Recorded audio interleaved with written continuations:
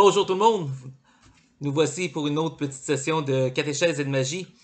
Alors, on va faire un tour de cartes par l'intermédiaire de l'ordinateur. Un peu moins impressionnant qu'en vrai, mais on y va quand même. Alors, je te demande de choisir une carte.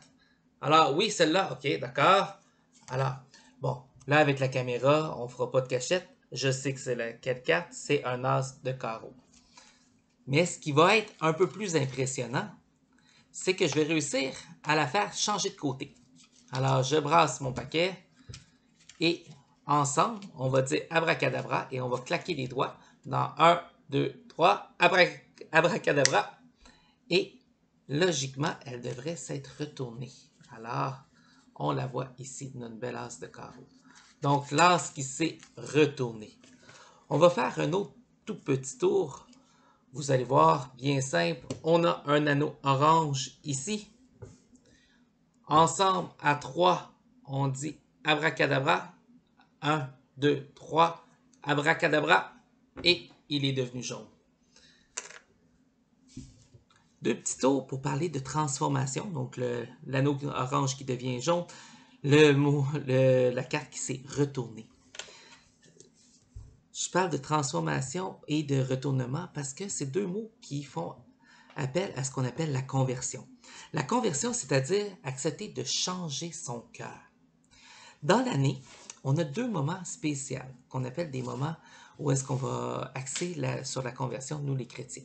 C'est-à-dire le temps de l'Avent qui nous prépare le cœur à la fête de Noël et le temps du carême qui prépare notre cœur à la fête de Pâques. Et dans ces moments-là, on va essayer de transformer notre cœur, de retourner notre cœur vers Dieu. C'est pas très compliqué. Il y a deux façons de faire. Il y a une façon de faire qui est on essaie de couper des choses pour essayer de faire plus de place à Dieu. Exemple, je vais couper le sucre pour être en meilleure santé, pour pouvoir mieux aimer les gens autour de moi. Je vais couper du temps d'écran, de télé, pour être capable de passer plus de temps en famille ou donner peut-être un peu plus de temps en bénévolat. L'autre façon de faire, c'est de rajouter quelque chose. On va, exemple, décider de rajouter consciemment 5 minutes de prière tous les jours. On pourrait décider consciemment d'essayer de faire une bonne action pour un membre de notre famille chaque semaine. Peu importe ce qu'on va choisir, l'idée, c'est toujours de mieux aimer.